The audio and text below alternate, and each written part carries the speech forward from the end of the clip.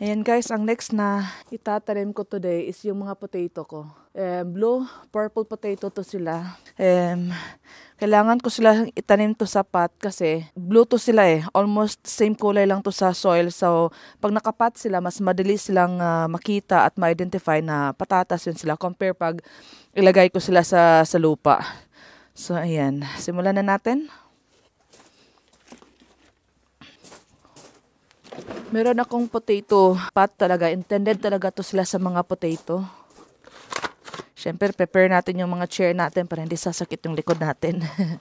So, eto siya. May butas siya dito banda. Kasi, mabilis lang to siya ma-harvest o matingnan, i-check. Kasi ganito to siya. Pag gusto mo siyang i-check, hihilain mo lang ito pataas. Tsaka makikita mo na yung mga tubers dyan.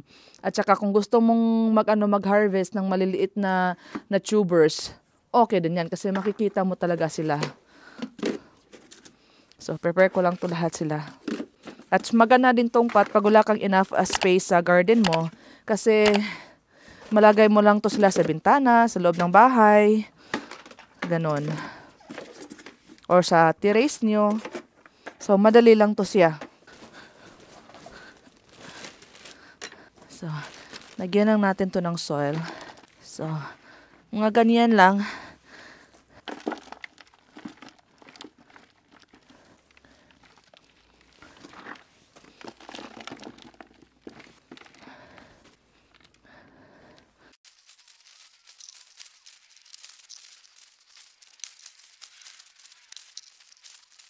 Sa pagkatapos nito, maglagay tayo ng soil. Mga hanggang dito lang yung soil natin. Tapos ilagay na natin yung potato natin, saka lagyan natin ulit ng soil hanggang dito. Maglagay lang ako ng 2 to 3 potato every packet. Pag medyo malaki siya, ang ilagay ko is 2. Pero since na maliliit tong mga mga potato ko, itatlong ilalagay ko sa isang bucket. Ayan, pakita ko sa inyo. So ganito lang sila. Tapos neto, tatakpan ko to sila ng soil. At yung paglagay natin ng potato, dapat ito na sa ibabaw. Ganyan siya dapat. Nakatirik yun dapat yung may tubo na.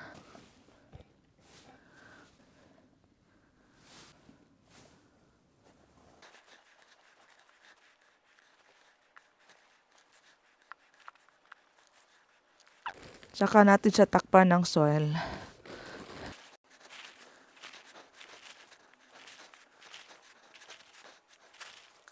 So, hanggang liig lang. Ito yung liig niya.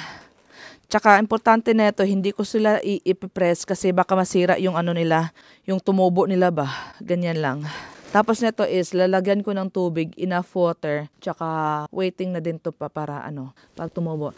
Hindi ko to sila pupunuin hanggang dito kasi pag lalaki na to sila, for sure yung soil is magsishrink yan. Tapos lagyan ko sila ulit ng topsoil again para matakpan yung mga tubers nila at hindi mag-green. So may enough space ako dito na parang lagyan ng soil later on.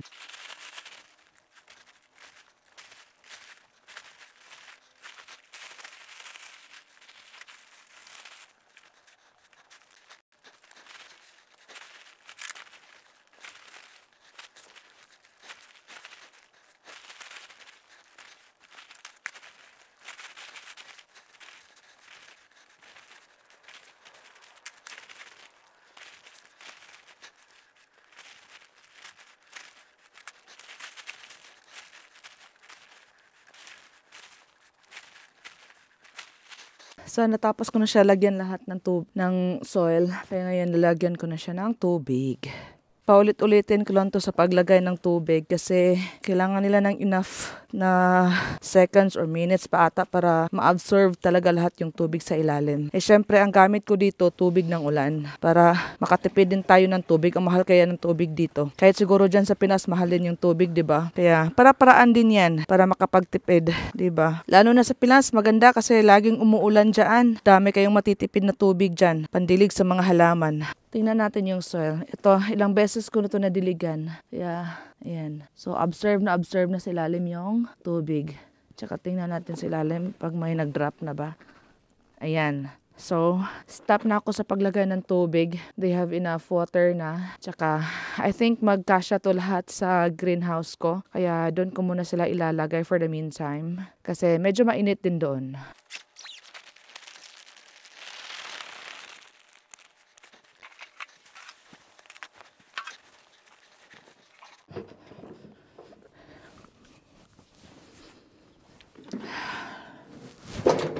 Oh my God. Natumba yung tanim ko, guys. Nasira. OMG. Hanapin ko lang yung seeds. OMG. Buti hindi nasira yung crown nila. Hindi naputol. Kaya, balik lang natin yung soil.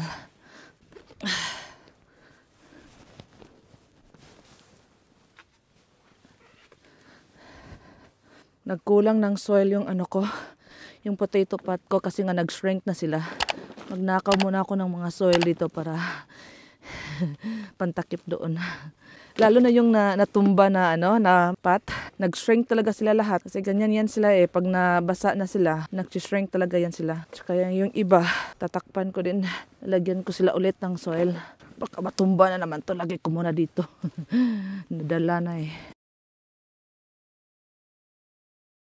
Dito muna yung mga potato pot ko ilagay. Itago ko muna sila dito. Ilabas ko to sila pag may tutubo na. For the meantime, dito muna sila. So, ito yung mga potato ko na kinat ko. Nilagay ko sila dito para mag-dry yung ano nila, yung kinat ko. Tsaka at the same time is tutubo pa itong mga yan sila. So, that's it for today. Thank you for watching. Bye-bye!